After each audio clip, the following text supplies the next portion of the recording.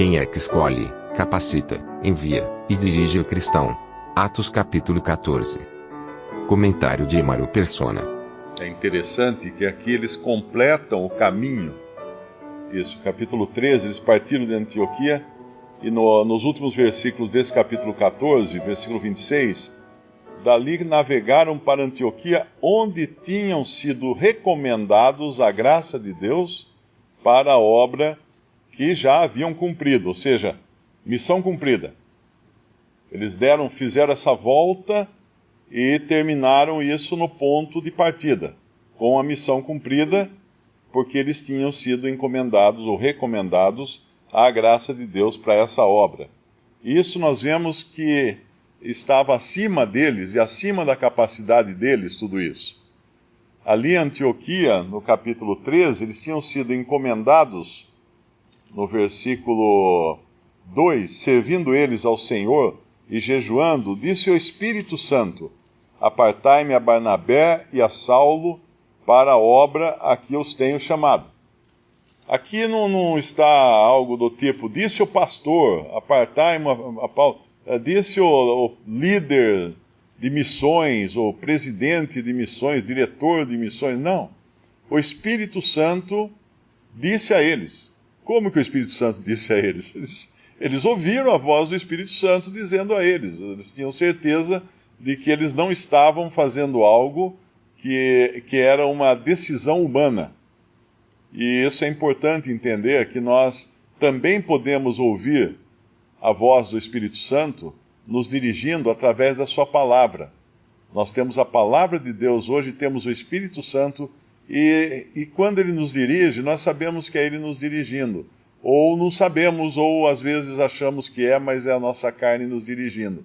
Então, por isso que ficar sensível e atento à voz do Espírito é importante para qualquer um. Nós lembramos aquela passagem do Salmo: não sejais como a mula que não tem entendimento, ou como o cavalo que precisa de freios para não se atirar contra ti, porque quando não há uma direção, nós vamos agir na nossa natureza, na nossa carne. Então eles foram escolhidos, enviados pelo Espírito Santo. No versículo 3 do capítulo 13, essa obra foi, por assim dizer, os irmãos foram juntos nessa obra. E isso é importante entender. Essa imposição de mãos, que fala no versículo 2, no versículo 3 de Atos 13, então jejuando e orando e pondo sobre eles as mãos, os despediram. Não era alguma coisa mágica, alguma coisa para transmitir poder, ou para fazer algum tipo de benzimento, não era nada disso. Era simplesmente que eles estavam manifestando de forma visível que eles estavam juntos nessa obra. Aqueles que partiam no trabalho não estavam indo sozinhos e sem o amparo das orações dos irmãos. Não, estavam todos juntos nessa obra. Eles eram apenas a ponta de lança daquele trabalho, mas existia uma retaguarda orando por eles, participando com eles de cada passo que eles davam. E aí no versículo 4 do capítulo 13, diz que assim estes, enviados pelo Espírito Santo, desceram a Seleucia, dali navegaram para Chipre. Então em tudo isso era o Espírito Santo enviando, o Espírito Santo escolhendo quem ele enviaria, os irmãos participando daquilo e dando o seu apoio, o seu suporte a tudo isso, e no final eles terminam esse trabalho e vão contar o que aconteceu. E é muito bonito isso, porque eles levam alegria aos irmãos, então, no seu retorno, que é o final do nosso capítulo 14, para contar o que tinha acontecido. E aí eles aqui estavam ainda cumprindo aquelas instruções que o Senhor Jesus tinha dado, que era para ir primeiro aos judeus, né, e depois aos gentios. E eles estavam indo aos judeus e aos gentios. E é importante entender que Atos dos Apóstolos é um período de transição, e nem tudo aqui é um modelo para nós seguirmos. Os princípios sim, mas as ações nem sempre.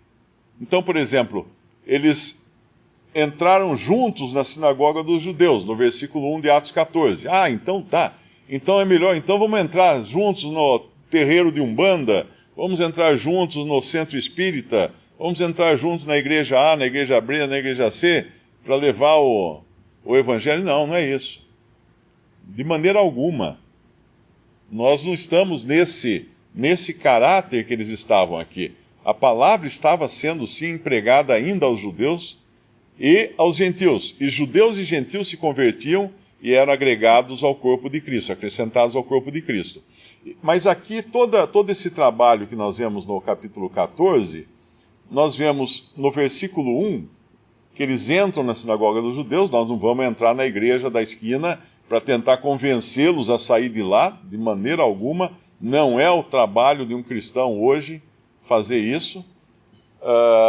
E falaram de tal modo. Esse falaram de tal modo não é um simplesmente falaram. Eles estavam energizados pelo Espírito Santo para falar de uma maneira que creu uma multidão, uma grande multidão. Então o Espírito Santo continuava agindo neles e dando a eles poder e energizando, empoderando eles para falar a palavra de Deus com grande poder, de tal modo, de tal maneira. Essa expressão a gente vê lá em João, né? Deus amou o mundo de tal maneira. Que maneira? De tal maneira, uma maneira fantástica, maravilhosa. E era assim, então, que eles estavam falando a essa multidão, que creu uma multidão, não só de judeus, mas também de gregos ou gentios, então cumprindo assim aquela ordem que o Senhor Jesus tinha dado e cumprindo assim esse espalhar do Evangelho. Mas aí vem os judeus incrédulos, incitam os ânimos dos gentios, né, para combatê-los. E nós vemos que no versículo 3, ainda assim o Espírito Santo os guarda. Porque a gente poderia ler no versículo 3 que eles imediatamente fugiram dali, mas não é.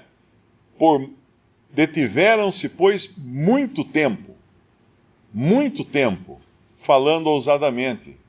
Esse tempo que eles se detiveram, esse muito tempo, era o tempo que eles estavam sendo mantidos, dirigidos e guardados pelo Espírito para ficarem ali, falando ousadamente acerca do Senhor, o qual dava testemunho à palavra da sua graça, permitindo que por suas mãos se fizessem sinais e prodígios. Ou seja, o Senhor apoiava, sancionava aquela pregação deles para que ela fosse acompanhada com sinais e prodígios.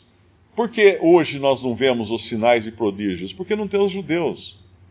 Nós vemos claramente que em 1 Coríntios capítulo 1 diz assim, os judeus pedem sinais, mas os gregos buscam sabedoria.